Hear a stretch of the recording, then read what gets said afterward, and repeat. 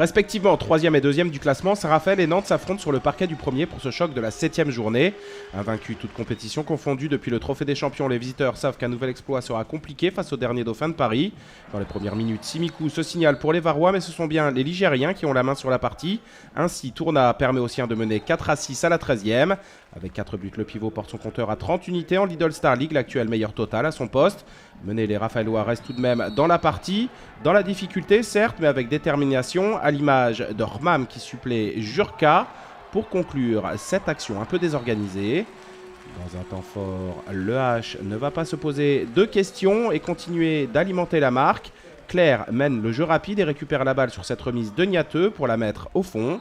L'avance des Ligériens grimpe à 4 longueurs à la 24e, 7-11, mais dans le Money Time, Saint-Raphaël passe un gros 4-0 qui remet les deux équipes à égalité, 11-11 à la pause. Après le repos, Saint-Raphaël poursuit sur sa lancée en enchaînant les bonnes actions. À deux doigts de perdre ce ballon en infériorité numérique, Mapou trouve finalement Jurka qui inscrit de dos le but du match. Au ralenti, c'est sublime pour le gaucher qui finira la rencontre avec 4 unités, ce qui est dans sa moyenne. 14-12 à la 35e. Le H va alors retrouver quelques couleurs après cet arrêt de Siffer face à Abili. Le contre qui s'ensuit est parfaitement mené. Gurbindo va trouver Klein qui paye de sa personne.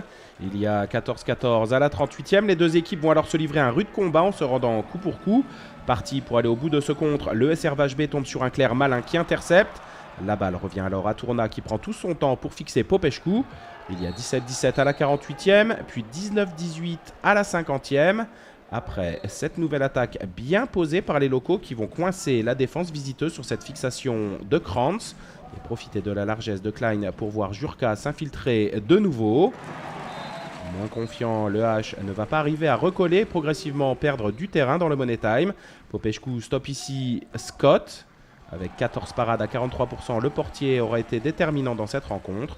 Tout comme l'ailier gauche Raphaël Cocheteux qui parachève l'ouvrage avec son 8e but de la soirée, dont 6 sur 6 au pénalty.